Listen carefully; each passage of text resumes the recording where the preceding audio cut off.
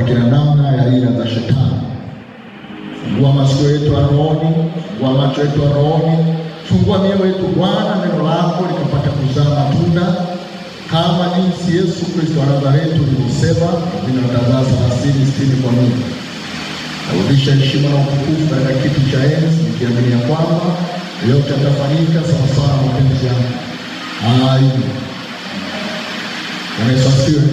Basi tunaendelea na somo letu ambalo ni kuielewa Biblia au understanding the Bible, ambao kuna vitu kadhaa tulivyojifunza na leo tunaendelea kwa masomo letu kuielewa Biblia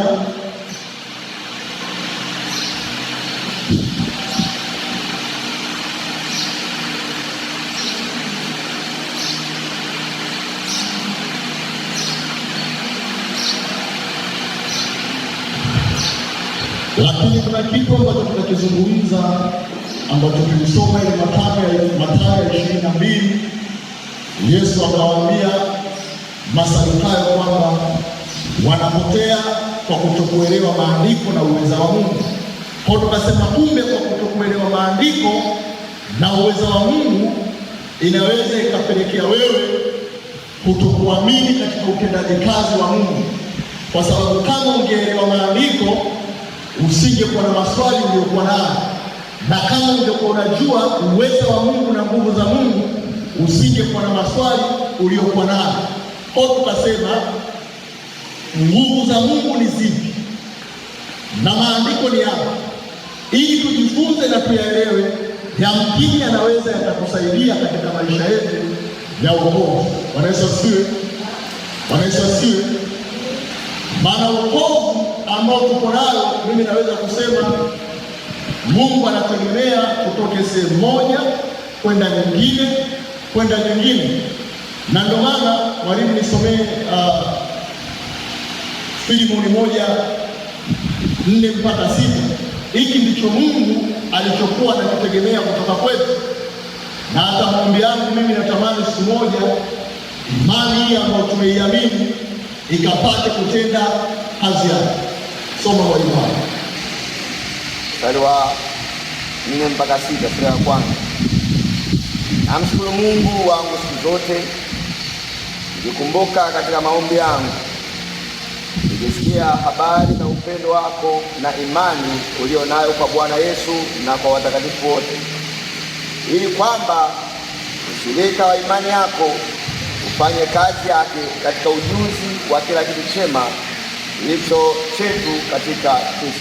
Maombi yake kwa Filemoni, anasikia habari ya mwenendo wa upendo wake, anasikia habari ya mwenendo ya imani yake, lakini anachomwombea Filemoni ule ushirika wa imani, kile ambacho amekiamini katika Kristo, ifike wakati kitende kazi yake.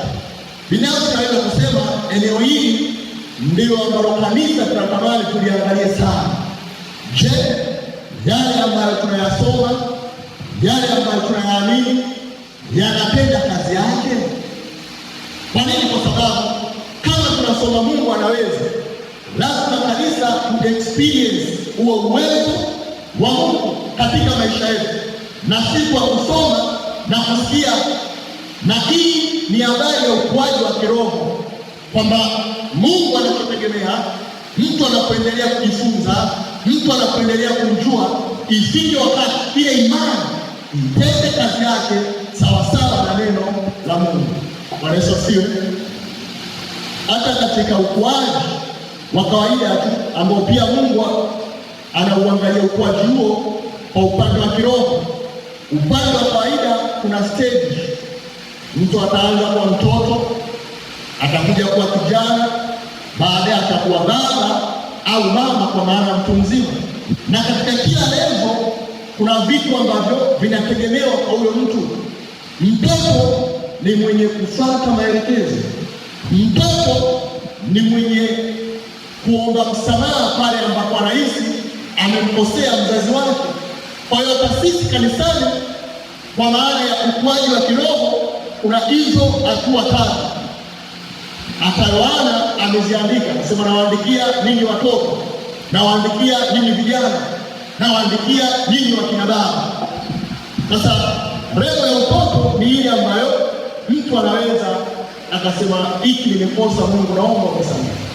Lakini kijana ni yule ambaye ameshiba neno, ana nguvu, anaweza kuachilia nguvu za Mungu na zikaonekana. Ni kijana katika mambo ya kiroho, maana yake nini? Anamjua Mungu na anaweza experience zile nguvu za Mungu katika maisha yake na akafanya mambo yakatokea. Lakini mtu mzima au mzee, Mungu anategemea sasa aanze kuzaa matunda, kile ambacho umekiamini uwahubirie na wengine, uwafundishe na wengine, na matunda yaonekane. Bwana Yesu asifiwe. Tukaendelea tukaziangalia hizo nguvu, lakini tukaja kufika kwenye kipengele ambazo nguvu hizo tulizitaja na zilikuwa nyingi. Tukafika kwenye kipengele cha Injili. Akasema leo tutakwenda kujifunza nini maana ya Injili. Lakini lazima tujifunze mambo haya kwa kina, alafu tutakapoyaishi sawasawa, ndipo tutakapoona ukuu wa Mungu ukitenda kazi yake. Bwana Yesu asifiwe. Kwa hiyo tukasema tutaangalia au tutajifunza nini maana ya Injili.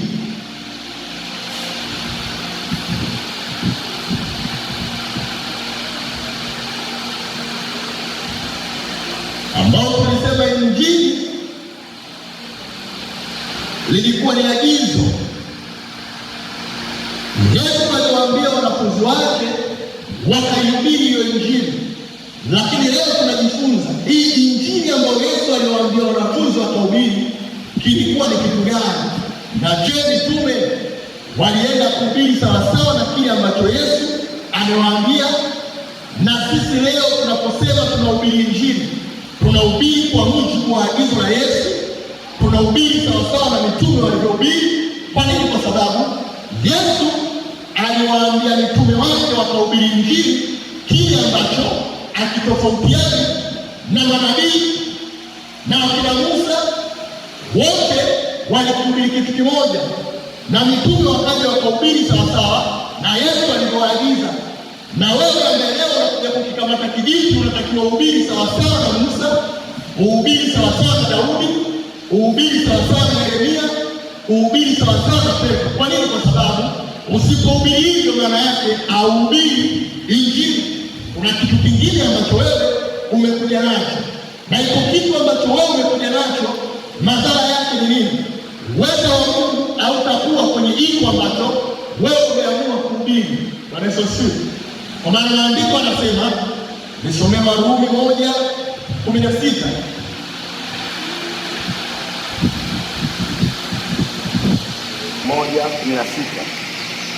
Maana sionee haya Injili. Kwa maana sionee haya Injili, kwa sababu ni uweza wa Mungu uletao wokovu kwa kila aamini, kwa Myahudi kwanza na kwa Myunani pia. Sionee haya Injili, kwa sababu ni uweza wa Mungu uletao wokovu kwa kila aamini, kwa Myahudi kwanza na Myunani na Mgiriki pia. Kwa kumbe Injili ndani yake ina nguvu za Mungu. Kwa hiyo kumbe Injili ndani yake ina uwezo wa Mungu, na huo uwezo ndio ambao unaleta wokovu. Kwa hiyo wokovu ni matokeo ya mtu kuhubiriwa Injili, ambao ndani ya hiyo Injili kuna nguvu za Mungu, ambao ndani ya hiyo Injili kuna uwezo wa Mungu. Kwa hiyo usipojua nini maana ya Injili, maana yake umepishana na nguvu za Mungu. Usipojua nini maana ya Injili, maana yake umepishana na uweza wa Mungu. Lakini utakapoelewa nini maana ya Injili, na ndipo utakapotaka kwenda kuhubiria watu Injili au kwenda kuwashuhudia watu Injili, maana yake ukijua nini maana ya Injili, utakuwa umeambatana sawasawa na nguvu za Mungu na uwezo wa Mungu, ambao huo ndani yake ndio utakaosababisha sauti inapungua, alafu utakuwa inanuliza, alafu inasababisha sasa watu wapate kumgeukia Kristo, ambalo kila mmoja aliandika, ambapo ukisoma unaweza kuelewa kile ambacho huyu amekimaanisha kutoka kwa mwenzie. Tukasoma katika Marko 16 kuanzia mstari wa 15, tukasoma Mathayo 28 kuanzia mstari wa 18, tukasoma Yohana mstari wa 20, sura 20 kuanzia mstari wa 21, lakini pia tukasoma Luka 24 kuanzia 44. Tukasema Marko anazungumza, anasema Marko ananukuu kile ambacho Yesu alikizungumza. Yesu anawaambia wanafunzi, basi enendeni ulimwenguni kote. Kwa kumbe injili inatakiwa kuhubiriwa ulimwenguni kote kwa kila kiumbe. Aaminie nini? Atakayeiamini injili. Akiamini, kitu gani kinachotakiwa kufuata? Abatizwe. Na ndio maana kuna watu ambao katikati yetu tulienda kuwabatiza. Kwa nini? Kwa sababu wameiamini injili. Nasema aaminie na kubatizwa ataokoka, lakini asiamini injili atahukumiwa. Lakini kuna ishara ambazo wanatakiwa tuzione kwa wale ambao wameiamini injili. Ni ishara zipi? Cha kwanza, watasema kwa lugha mpya, lakini pia watashika nyoka. Kushika nyoka nini? Maana yake tunakuwa na mamlaka dhidi ya nguvu za giza. Kwa hiyo haya ni maswali ambayo tunatakiwa kanisa tuyaangalie kwa kina. Je, yanafanyika? Je, yanatendeka? Na kama yatendeki, shida nini? Kama yatendeki, tatizo liko wapi? Kama yatendeki, tunafanya uamuzi gani? Na isiishie maneno yaliyofanywa na akina Petro. Sisi tuna uwezo wa kufanya, lakini pale ambapo tutayaelewa kwa kina. Maana Mungu hafanyi kazi na mtu ambaye bado kitu hajakielewa. Lazima ukielewe. Mungu alikuwa anamwita Samueli, yeye anaita, lakini Samueli anachanganyikiwa, anaenda kwa nani? Kwa Eli. Eli, unaniita? Mungu amwambie mimi Mungu, yeye anasema Samueli, anaelewaza. Samueli anachanganyikiwa, anaenda huku. Mara ya pili anambia Samueli, anaenda huku. Samueli anaenda, lakini Eli alipomwambia huyu atakuwa anaitwa na Mungu, akamwambia sikia, itakuwa hivi, ukisikia tena sauti hiyo mwambie Bwana ni wangu. Kwa hiyo unaweza kusema je, Mungu aone au asikii? Lakini Mungu anaanza kufanya kazi na mtu ambaye ameanza kuelewa. Na ndio maana unaweza ukasema Mungu tupe roho yako, Mungu tutendee, Mungu unaelewa nini maana ya muujiza? Unaelewa nini maana ya Roho Mtakatifu? Maana leo hii unaweza ukapewa nguvu za Mungu na ukahisi unaweza kuzifanya kama upendavyo. Nitakuja huko wiki ijayo. Mbona mnanisumbua? Mbona nini? Kwa nini? Umehisi wewe unamiliki zile nguvu za Mungu. Kwa lazima uelewe kazi ni nani na wewe ni nani, ndio Mungu sasa aweze kuachilia hizo nguvu zake kwako. Kwa nini? Kwa sababu umejua sio wewe unayetenda, isipokuwa ni yeye. Kwa mambo haya tunapofundisha ni wewe kupata uelewa, na baada ya kupata uelewa ndio kuenda mbele za Mungu kuomba sawasawa na neno lake, au sawasawa na ule uelewa ambao wewe umeelewa. Kwa hiyo huwezi katika mambo ya Mungu kabla haujaelewa jinsi gani yanafanya kazi, na ndio maana tunakaa darasani. Kwa wanasema sasa, na mtaweka mikono juu ya wagonjwa nao watapata afya. Leo hii Kristo pengine anaweza akawa na wasiwasi juu ya kuweka mkono juu ya mgonjwa kupata afya, au kupata afya rahisi ni jambo kubwa, lakini mamlaka ambayo Mungu alitaka kwa wale watakaoiamini injili. Kwa nini? Kwa sababu Kristo aliyeweza kutenda hayo sasa hivi anakaa ndani ya waumini. Kwa sio Kristo tena mtaani, ni Kristo ndani ya watu, anaendelea kutenda kazi zake na sio wewe. Hiyo ni injili tunasema. Lakini pia tukasema Mathayo, huyu alisema kiumbe, lakini huyu alisema ukabatize, lakini aliyesema tunabatiza kwa namna gani? Na huyu alisema enendeni ulimwenguni mote mkahubiri injili kwa kila kiumbe. Lakini Mathayo ndo anasema tunabatiza kwa jina la Baba, Mwana na Roho Mtakatifu. Anataja ubatizo ambao Marko hakutaja, lakini Mathayo ndiye anayesema kwamba sio kiumbe kwa maana zaidi ya wanadamu, kiumbe kwa maana ya kuwafanya mataifa yote kuwa wanafunzi, tukiwabatiza kwa jina la Baba, Mwana na Roho Mtakatifu. Lakini Marko na Mathayo bado wote hawajasema nini maana ya injili, kwa maana injili ile ni habari njema. Lakini huyu aliyesema ni habari njema zipi ambazo Yesu alitaka wanafunzi wake wakahubiri. Mathayo hajasema ni habari njema ambazo zipi zinazotakiwa kwenda kuhubiriwa, ambazo hizo habari mtu akiziamini kinachofaa aje abatizwe. Lakini ni nini? Ni mataifa.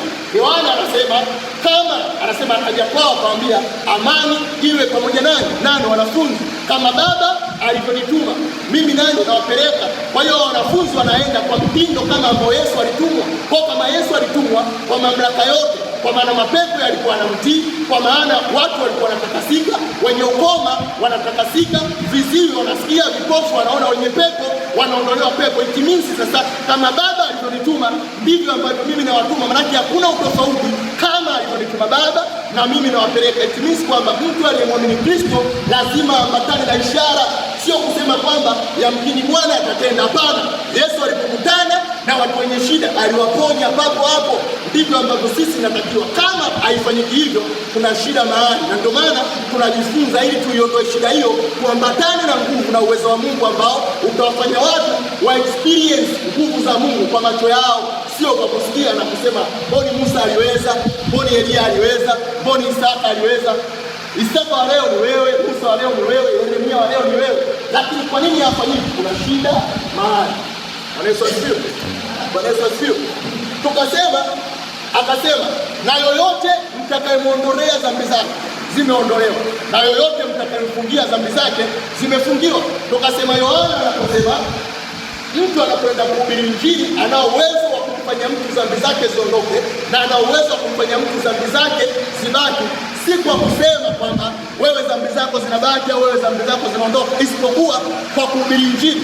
Aaminie na kubatizwa ataokoka, manake aliyeamini anapata ondoleo la dhambi, na ambaye hajaamini manake dhambi zake zinakaa. Lakini Luka ndio akaja kusema tunatakiwa kwenda kuhubiri nini, na hiko ndicho ambacho tunakwenda kukiangalia leo. Maana Luka anasema, anaandika kile alichokisema Yesu. Yesu anasema haya ndio maneno yangu niliyowaambia nilipokuwa ningali pamoja nanyi, kwamba lazima yatimizwe yote niliyoandikiwa. Katika nini? Anasema katika Torati. Maana Yesu kumbe aliandikiwa katika Torati, anasema katika manabii na nini na Zaburi.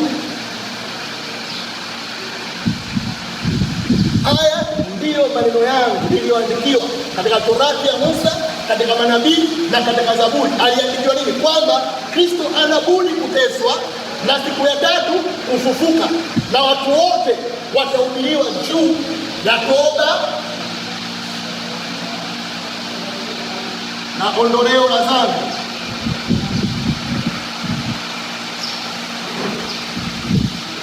Mwanza tangu Yerusalemu. Kwa kumbe tunatakiwa kuhubiri Injili kuanzia nyumbani, sehemu ambayo imetuzunguka, na hiyo Injili ndio ambayo ikihubiriwa watu wanamgeukia Kristo, na watu wakimgeukia Kristo, yeye ndiye mwenye uwezo wa kuondoa dhambi. Kwa unapoenda kuhubiria watu, usiweke sana maneno yako, usijiintroduce sana wewe kwa watu. Mwenye kuondoa dhambi sio wewe, yupo huyu mmoja. Nisomee Mathayo 1 na mstari wa kuanzia 21.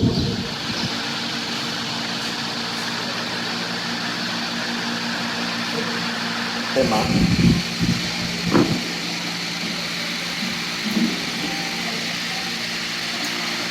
naye atazaa mwana, nawe utamwita jina lake Yesu, maana yeye ndiye atakayewaokoa watu wake na dhambi zao. Nasema huyu ni malaika anazungumza na nani? Anazungumza na Yusufu kuhusiana na mimba aliyochukua mkewe Maria. Ana Yusufu anashangaa, mbona mwanamke huyu hakuna chochote kilichofanyika kati yangu mimi na yeye? Mimba hii imetoka wapi? Akaazimu moyoni mwake kumwacha kwa siri, lakini malaika akamwambia, mbona umewazalisha moyoni mwako? Maana mimba hii kwa uwezo wa Roho Mtakatifu, naye Mariamu atazaa mwana, nawe Yusufu utamwita jina lake Yesu, kwa maana yeye ndiye atakayewaokoa watu wake kutoka katika dhambi zao. Kwa Yesu ni mwokozi. Wewe unapohubiri Injili muoneshe Yesu ambaye yeye ndiye ana uwezo wa kuwapa watu msamaha wa dhambi, ambaye yeye ana uwezo wa kuwasamehe watu dhambi. Na ndio maana Yesu anasema kwa habari hizi za kufa na kufufuka, mataifa yote watahubiriwa juu ya toba na ondoleo la dhambi. Bwana Yesu asifiwe. Kwa kuangalie kipengele kinachofuata. Tuangalie kipengele kinachofuata. Je, ni kweli manabii au wanafunzi walielewa kile ambacho Yesu alisema kwamba mataifa yote watahubiriwa juu ya toba na ondoleo la dhambi? Tuanze na Petro basi. Nisomee Matendo ya Mitume 2, soma 5 peke yake, alafu Luka njoo 37 na 38 na 39. Matendo ya Mitume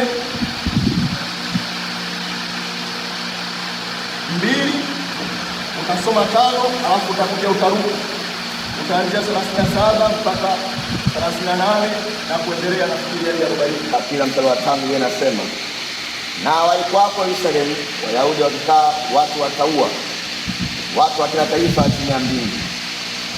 Anasema na kulikuwepo Yerusalemu na watu wa kila taifa. Namna bora ya kuhubiri Injili katikati ya watu wa aina zote ni kumtangaza Kristo. Leo hii ukitoka ukaenda China ukasema sijui watanielewa. Leo hii ukitoka ukaenda Marekani ukasema sijui watanielewa. Unatafuta ujumbe kulingana na magorofa, unatafuta ujumbe kulingana na suti walizovaa, unatafuta ujumbe kulingana na kwa sababu umekaa katikati ya madokta. Lakini Petro anasema yeye alianza kuhubiri Injili katikati ya watu wa kila taifa. Alihubiri nini? Na hiyo ndio namna bora ambayo hata utoke hapa uende Germany, utoke hapa uende Australia, utoke hapa uende Uingereza, kama utakwisi ujumbe wa kumtangaza Kristo ambayo ndani yake tafanya watu wakanyetoba na ondolewa dhambi, hiyo sio Injili. Lakini kama utastiki na ujumbe katikati ya kila mtu ambaye anahitaji msamaha dhambi, maana yake wewe utakuwa unahubiri Injili. Bwana Yesu asifiwe. Maana tofauti kati ya mtu na mtu unaweza ukawa ni pesa, magari, nini, lakini sote tunabana katika engo hii moja. Hakuna mtu asiyehitaji msamaha wa dhambi kutoka kwa Mungu, awe na magorofa, awe na nini, awe na nini. Kwa hiyo wewe unaweza kuhubiri mambo mengine tofauti na Injili, kwamba ukija kwa Yesu utakuwa na maendeleo. Ukija kwa Yesu biashara zako zitafunguka. Kuna mtu biashara yake imefunguka kabla hajaja kwa Yesu, atakuja. Ukija kwa Yesu utaoa, unashia na picha na watu watano, anasema sasa mimi mke wa kuongeza wa nini? Hao wenyewe wananishinda. Kwa hiyo hatuhubiri Injili kwa kumvutia mtu kwamba ukija kwa Yesu utapata vitu. Tunahubiri Injili kwamba ukija kwa Yesu kuna kitu ambacho utapata, kinaweza kisionekane kwa macho, lakini kuna badiliko la ndani. Na ndio maana Paulo anasema ijapokuwa mtu wetu wa nje unachakaa, lakini mtu wetu wa ndani unafanywa upya kila itokolewe. Kwa hiyo Injili inahusisha sana uko wa ndani na sio nje. Na ndio maana mtu anaitwa kiumbe kipya, haina maana utaanza kuona amepewa mwili mpya. Ni yule yule, lakini kiumbe kipya maana yake ni ndani. Mtu yule amebadilika ndani, mtu yule amechange ndani, na yule mtu wa ndani atakuonesha kama kweli mpya atakapoanza kuwa na matokeo nje. Mzee Miranzi akasema akakutana na mtu ambaye akaanza kuzungumza naye, lakini baadaye akasema ni wewe kweli, akawa anashangaa ni yeye. Haina maana amebadilika kwa kuitwa kiumbe kipya, kwamba sasa hivi anatembea au amekuwa na miguu minne, au sasa hivi alikuwa mweusi anakuwa yule yule, lakini utu unabadilika kutokea ndani. Kwa Injili inadili ya mtu wa ndani. Kwa hiyo tunaposema ondoleo la dhambi, au tumeona mtu amekuja amesafishwa nje ameng'aa, lakini ndani tunajua huyu mtu amepata msamaha wa dhambi, na tunategemea baada ya hapo aende sawa sawa na kile ambacho amekipokea. Bwana Yesu asifiwe. Bwana Yesu asifiwe. Kwa anasema sasa toba na ondoleo la dhambi, lakini tunasema huyu sasa Petro alielewa Yesu alichosema kwamba mataifa yote watahubiriwa juu ya toba na ondoleo la dhambi. Nisomee 37 na 38. Walipoyasikia haya wakachomwa mioyo yao, wakamwambia Petro na mitume wengine, tutendeje ndugu zetu? Petro akawaambia, tubuni mkabatizwe kila mmoja kwa jina lake Yesu Kristo, mpate ondoleo la dhambi zenu, nanyi mtapokea kipawa cha Roho Mtakatifu. Anasema na mataifa yote watahubiriwa juu ya toba na ondoleo la dhambi. Petro anawahubiri watu Injili ambao juu tumesema ni muhimu kusema Injili. Moja hapa niweke kwa ufupi. Ni muhimu kusema Injili ni habari za Yesu kwenye kufa na kufufuka kwake.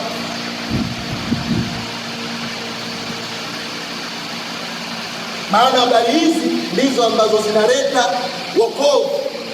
Yaani habari za kufa na kufufuka kwa Yesu ndizo habari zinaleta wokovu, na ndizo habari zinazotakiwa kuaminiwa. Maana sehemu hiyo ndio ilikuwa kwenye shida kwenye kuamini.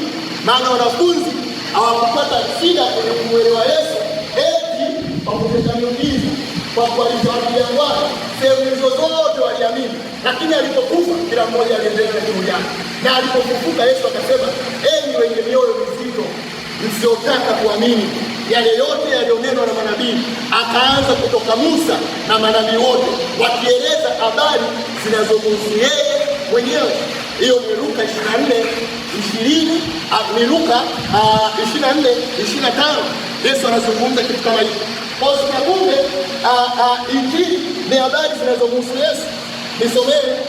Nisomee nitakuja kuendelea hapa. Huyu Petro amezitamka hizi pointi mbili. Watu waliposema kwa hiyo tutendeje, Petro akasema tubuni ili mpate ondoleo la dhambi, zije nyakati za kurudishwa kwenu pale mtakapopokea kipawa cha Roho Mtakatifu. Kwa Petro anapita kama Yesu alivyozungumza. Bwana Yesu asifiwe. Lakini tuangalie hii Injili. Nisomee pia Warumi, hebu nisomee moja inasemaje? Inaanza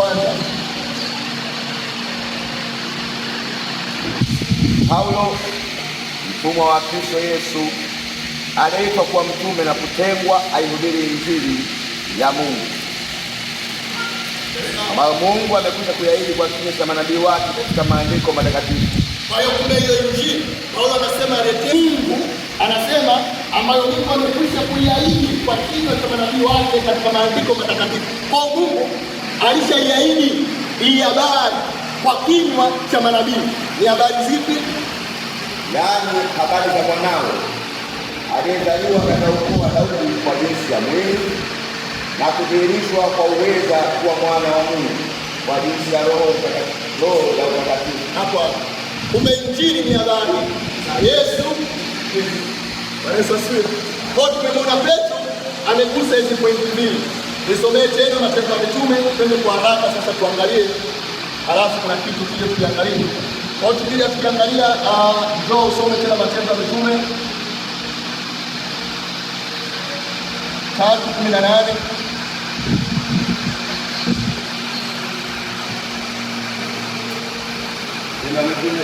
Lakini mambo yale aliyohubiri Mungu tangu zamani kwa kinywa cha manabii wake wote, ya kwamba Kristo wake atateswa, ameyatimiza hivyo.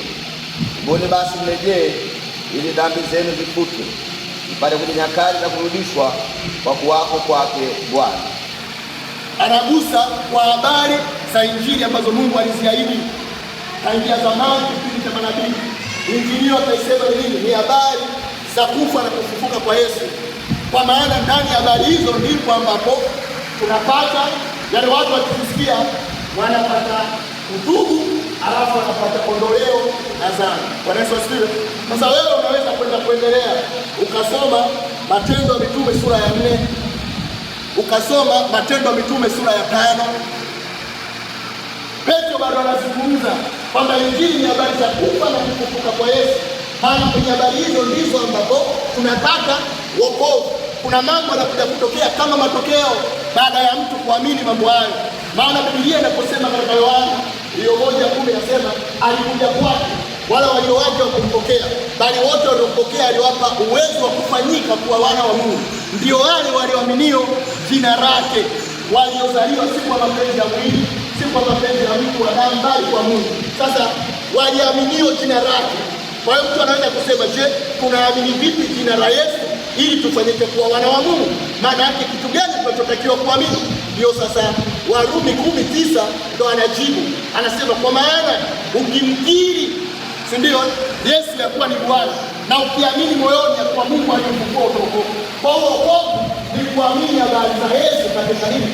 Katika ufufuo. Bwana Yesu asifiwe. Maana kwenye kufa na kufufuka kwa Yesu ndipo ambapo kuna matokeo ambayo ndio yale tuliyaita nini maana ya wokovu, au unapokea nini pale ambapo mtu unasema umeokoka. Bwana Yesu asifiwe. Kwa hiyo kwa kuwa tunamwangalia Petro, kwa hiyo Yesu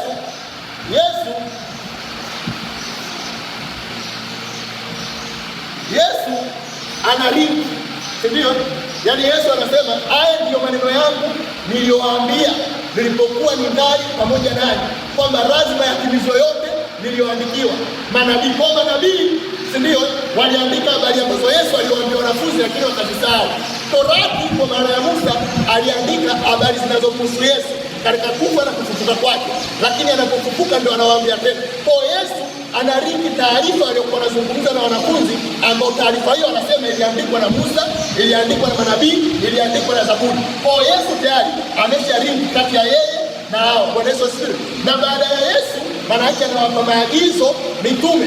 Petro anaposema tubuni basi mrejee, ili zije nyakati za kurudishwa kwenu mpate msamaha wa dhambi. Manake Petro naye ameringi pale ambapo Yesu alipoishia. Kwa na wewe unakwenda kuhubiri Injili, kaa katika mstari huu wa mitume na manabii na Torati na Zaburi na Yesu na Petro, maana ukitoka hapo uhubiri Injili na uhubiri kitu kingine. Bwana Yesu asifiwe. Na kama unahubiri kitu kingine hakitakuwa kina nguvu ya Mungu ndani yake. Haijalishi watu wanakupigia makofi au kupigia makofi, lakini mbele za Mungu hakuna utakachokuwa unafanya.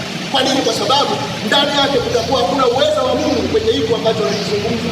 Kwa nini? Umepishana na yote yaliyozungumzwa na mitume na manabii na Yesu na wakina Petro. Kwa nimekwambia Petro amehubiri sehemu nyingi, lakini kumwangalie pia Filipo. Je, Filipo huyu ambaye alikuwa ni shemasi, ambaye alitoka katika kanisa la kwanza, naye alielewa nini maana ya Injili? Bwana Yesu asifiwe. Kumwangalia basi kidogo Filipo. Tusomee Matendo ya Mitume 8 Akti. Hiyo akasema na Filipo akamwambia, ondoka ukaenda upande wa kusini, hata njia ile iteremkayo kutoka Yerusalemu kwenda Gaza, nayo ni jangwa. Naye akaondoka akaenda. Mara akamwona mtu wa Kushi towashi, mwenye mamlaka chini ya Kandake malkia wa Kushi, aliyewekwa. Ndipo akafunua kinywa chake, naye akianza kwa andiko hilo hilo akamhubiri habari njema za Yesu. Alikuwa ni mtu mkuu katika himaya yao, lakini towashi alikuwa anasoma maandiko katika kitabu cha nabii Isaya, lakini anasoma haelewi, kama jinsi ambavyo wewe unaweza kwenda kuwa msaada kwa mtu ambaye anatumia Biblia lakini haelewi. Sio Pentekoste peke yao ambao wanatumia maandiko au wanatumia Biblia na madhehebu mengine, na wewe unao uwezo wa kwenda kuwafundisha kitu gani walichotakiwa wao kuamini. Ana ule alipokuwa anasoma na kuelewa, alikuta sehemu imeandikwa kwamba akuzungumza, anasema kama mtu ambaye alikuwa mbele, kama kondoo alikuwa mbele ya mkataji manyoya, wala kunyanyua kichwa chake au kunyanyua kinywa chake kuzungumza neno lolote. Towashi akasema, je, huyo anazungumza habari zake mwenyewe? Biblia inasema katika 35, Filipo akafungua kinywa chake akaanza kwa andiko hilo hilo ambalo alielewa, alafu akamfundisha habari za Yesu Kristo. Bwana Yesu asifiwe. Kwa hiyo Petro anafundisha Yesu, Filipo anafundisha Yesu. Kumwangalie Paulo basi. Bwana Yesu asifiwe. Bwana Yesu asifiwe. Angalia Paulo katika Matendo ya Mitume 26. Je, naye alielewa nini? Nini maana ya Injili? Na Paulo alipokuwa anasimama alikuwa anahubiri nini? 26 anzia 22. Matendo 26:22. Basi kwa kuwa nimeupata msaada kutoka kwa Mungu, nimesimama hata leo hivi ni kuwashuhudia wadogo kwa wakubwa. Wala sisemi neno ila yale ambayo manabii na Musa waliyasema, kwamba yatakuwa, ya kwamba Kristo hana budi kuteswa, ya kwamba yeye kwanza kwa kufufuliwa katika wafu atatangaza habari za nuru kwa watu wake na kwa watu wa mataifa. Kutoka kwa Mungu, napata msaada kutoka kwa Mungu kuhubiri Injili. Sababu hata leo hivi nikiwashuhudia wadogo kwa wakubwa. Hata ukienda kwenye kundi ambao kuna wadogo na wakubwa, usiseme wa wakubwa ni warefu kuliko wadogo, kwa unatakiwa wadogo nizungumze nao kwa namna hiyo, wakubwa nizungumze nao kwa hiyo. Wote wahubirie Injili. Kwa maana hiyo haina sura wala ibagui wala ichagui. Akasema yeye alikuwa anahubiri nini? Anasema hata hivi na washuhudia wadogo kwa wakubwa, wala sisemi neno ila yale ambayo manabii na Musa waliyasema kwamba yatakuwa. Kwa nini wewe unakuja kusema neno lako ikiwa Paulo anasema wala sisemi neno isipokuwa yale yaliyozungumzwa na Musa na manabii? Ni mambo gani Musa aliyazungumza? Ni mambo gani manabii waliyazungumza? Ni mambo gani Paulo aliyazungumza? Kwa kujumlisha hapo anasema ya kwamba Kristo hana budi kuteswa, na ya kwamba yeye kwanza kwa kufufuliwa katika wafu atatangaza habari za nuru kwa watu wake na kwa mataifa wote. Kwa hiyo kumbe habari ya nuru ni matokeo ya kufa na kufufuka kwa Yesu. Tunapomtangaza ndipo ambapo nuru ile inawafikia watu, ambao nuru hiyo ni nini? Rudi 18. Rudi 18 macho yao, wafungue macho yao na kuwageuza waiache giza na kuielekea nuru, waziache na nguvu za shetani wasiache na nguvu za shetani na kumwelekea Mungu, na kumwelekea Mungu, kisha wapate msamaha wa dhambi zao, na urithi miongoni mwao waliotakaswa kwa imani iliyo kwangu mimi. Au nguvu za giza na kumwelekea au na kuielekea nuru. Of course ni toba. Toba ni kuchange, ni kubadilika kutoka sehemu moja na kwenda sehemu nyingine, na kisha baadaye upate msamaha wa dhambi. Lakini ni matokeo ya kuiamini Injili. Kwa hiyo tunapoiamini Injili, kwa maana habari za kufa na kufufuka kwa Yesu, ndipo ukiziamini unageuka kwenye kile ambacho ulikuwa unaamini ambacho kilikuwa sahihi, unamgeukia Kristo. Hapo maana yake wewe unakuwa umetubu, na ukishafanya hivyo maana yake Kristo yeye ambaye tulisoma katika Mathayo 1:21 kwamba yeye ndiye atakayewasamehe dhambi zao watu wake. Kwa hiyo na yeye ndiye atakayekupatia msamaha wa dhambi. Kwa hiyo sio huyo ni nani? Huyo ni Paulo. Lakini Paulo pia tunaweza kumwangalia katika Wakorintho wa kwanza 2:1. Nisomee kwa haraka tuachane na Paulo, alafu nimtumize kitu kingine. Kisha mimi nilipokuja kwenu sikuja kuwahubiri siri ya Mungu kwa ufasaha wa maneno wala kwa hekima, maana niliazimu nisije neno lolote kwenu ila Yesu Kristo naye amesulubiwa. Hapo anasema hivi Wakorintho, niliazimu moyoni mwangu nisihubiri siri ya Mungu kwa ufasaha wa maneno au kwa hekima. Hekima hii anayozungumza hapa imeelezewa huku mwanzo kwamba ni hekima ya kibinadamu, kwa sikuja kwa ushawishi wa maneno kwamba unajua imeenda imerudi, lakini niliazimu moyoni mwangu nisijue neno lolote ambalo nitawafundisha, ambalo nitahubiri, lakini nitahubiri ninyi habari za Yesu Kristo, kwa maana habari hizo ndani yake ndizo ambazo zinazaa matokeo ya imani Yesu. Bwana asifiwe. Utaenda kuangalia pia Paulo wewe mwenyewe katika Wakorintho wa kwanza 15 kuanzia mstari wa kwanza. Pia hapo alihubiri nini? Alihubiri Injili. Bwana asifiwe. Bwana asifiwe. Kwa tumesema huo ni uthibitisho wa kile ambacho Yesu alikizungumza kwamba mataifa yote watahubiriwa juu ya toba. Tumeona Petro anahubiri toba na watu wote ili wapate ondoleo la dhambi. Kwa tukasema Injili ndio habari za kufa na kufufuka kwa Yesu. Alafu watu wanafanya toba. Alafu watu wanapata nini? Msamaha wa dhambi au ondoleo la dhambi. Lakini Injili ndio inaozaa nini? Wokovu. Injili ndio inaozaa wokovu. Unaposema nimeokoka, maana yake ulihubiriwa Injili au uliamini katika habari za Yesu Kristo. Habari hizo ulizoamini ni zipi? Ni habari za kufa na kufufuka kwa Yesu. Na hata kama uko hapa au uwahi kuokoka, una uwezo wa kuokoka leo, sababu unaweza kuwepo, lakini kumbe ulikuwa uelewe hata nini maana ya kuokoka. Lakini unapoelewa ndipo ambapo unapotakiwa kufanya maamuzi. Yesu asifiwe. Yesu asifiwe. Ambazo wokovu tukauzungumza au tukaupa pointi zake ambazo nitazimention, kwa sababu wiki ijayo tutakuja kuangalia nini maana ya toba, ambao sitoanza tena kwa structure hii. Maana moja kwa moja nikija tutaangalia toba ni nini, halafu tutaangalia na ondoleo la nini na sana.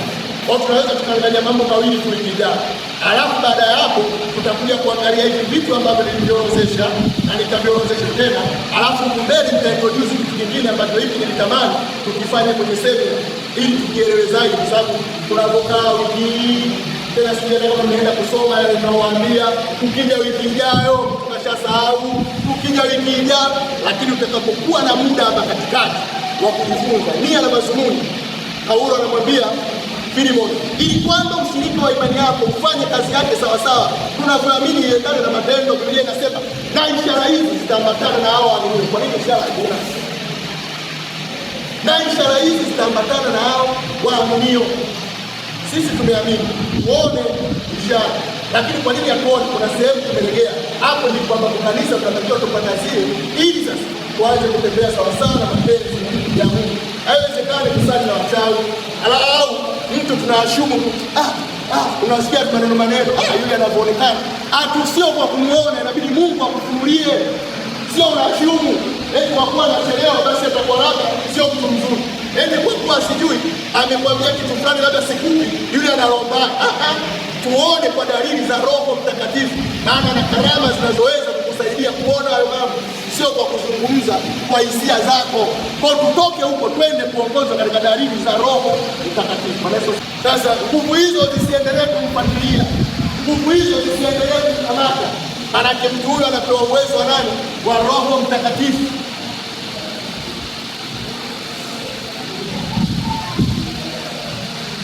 Ili awe msaada wa kumsaidia wewe kuenenda sawasawa na wokovu wako. Kumbuka Roho Mtakatifu tulisema ni nguvu, na sisi mtu anapokuwa ameokoka kuna nguvu anazoshindana nazo zimrudishe katika ukuaji wa kale. Utashindaje pasipo nguvu ya Roho Mtakatifu? Tulisoma katika hiyo Mathayo 12. Yesu akasema, ikiwa mimi natoa pepo kwa nguvu za Roho Mtakatifu, basi ufalme wa Mungu umewajia. Au atawezaje mtu kuingia nyumba ya mtu mwenye nguvu na akateka nyara vile vitu vya mtu mwenye nguvu asipomfunga kwanza kamba yule mtu mwenye nguvu na kisha akavichukua vile vitu? Kwa hiyo kumbe kuna nguvu zinashindana, na tukasema injili ni kitendo cha kwenda kumnyang'anya shetani watoto. Shetani ana watoto kama Mungu ana watoto. Pale ambapo watu wanaliamini jina la Yesu Kristo wanafanyika kwa wana wa Mungu. Hata shetani ana watoto. Yesu aliwaambia Mafarisayo kwamba ninyi ni wana wa Ibilisi. Bwana Yesu asifiwe. Kwa hiyo kumbe unapohubiri injili ni kuwafanya watu kutoka kwa watoto wa shetani kwenda kwa watoto wa Mungu. Sasa hivi leo hii kuna mama anaweza kukubali kunyang'anya watoto wake? Hata shetani atabaki kuachilia watu wake. Kwa nini? Kwa sababu ndio wanaotimiza majukumu ya hizi kazi. Yaani huwezi kumwona shetani kama unavyofikiria. Shetani anapitia watu. Leo hii Yesu inasema tumaini la wokovu Kristo ndani yetu.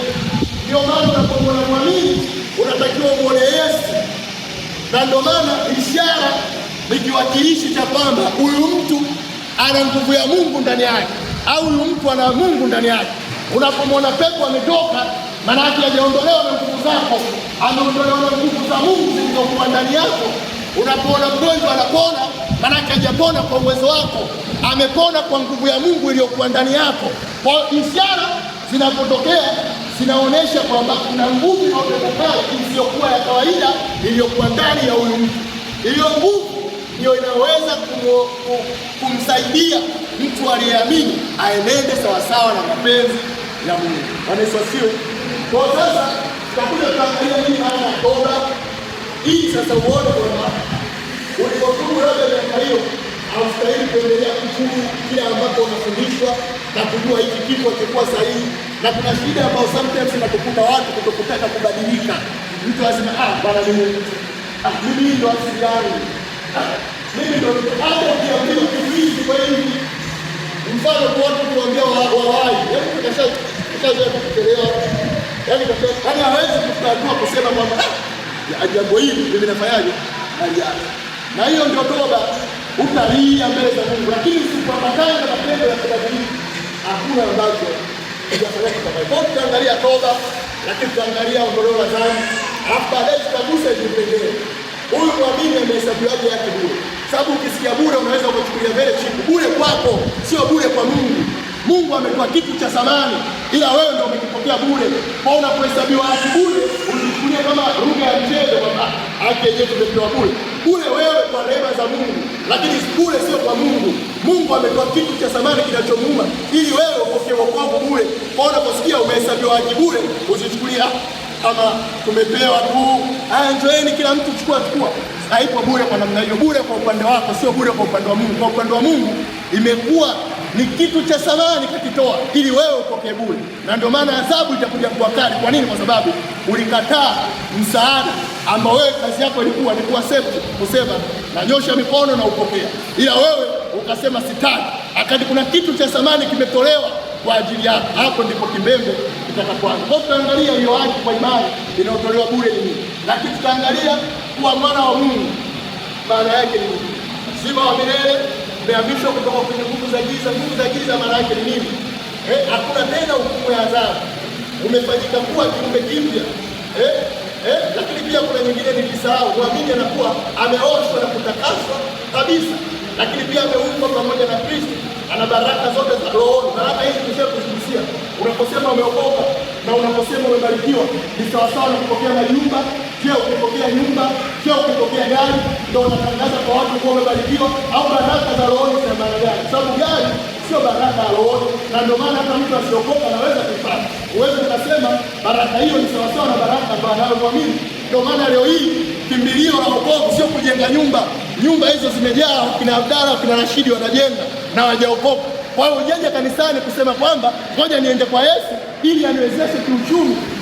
Japokuwa Yesu anaweza kukuwezesha kiuchumi, lakini hiyo sio priority ya Mungu. Yeye anataka ubarikiwe kwa baraka zote za roho. Sasa baraka za roho ni kitu gani? Lakini baada ya hayo nitaomba mchungaji atupe kibali nifundishe kwa habari za Roho Mtakatifu ili tuanze kutembea kwa dalili za nguvu za Roho na si hekima za kibinadamu. Bwana Yesu asifiwe. Tuombe kwa ajili ya kuhitimisha. Baba Mtakatifu, asante Roho Mtakatifu mbele ya Bwana kutuonekania na kutupigania, maana tunatamani tujifunze kila itwapo leo. Baba, tusaidie kwa msaada wako na kwa nguvu zako. Alisha mioyo yetu, alisha imani yetu, maana shauku yetu Bwana kwa kadri tunavyoendelea kujifunza, tuone mfalme mtakatifu, Mungu uliyetenda ndiye mfalme mkuu hapa duniani, ndiye Mungu ambaye tunatamani tuone matendo yako, kwa maana unasema ya kwamba Mungu ni wewe yule, au Yesu ni wewe yule jana na hata leo, na ulishe heshima na utukufu katika kiti cha enzi, katika jina la Yesu Kristo wa Nazareti. Amen.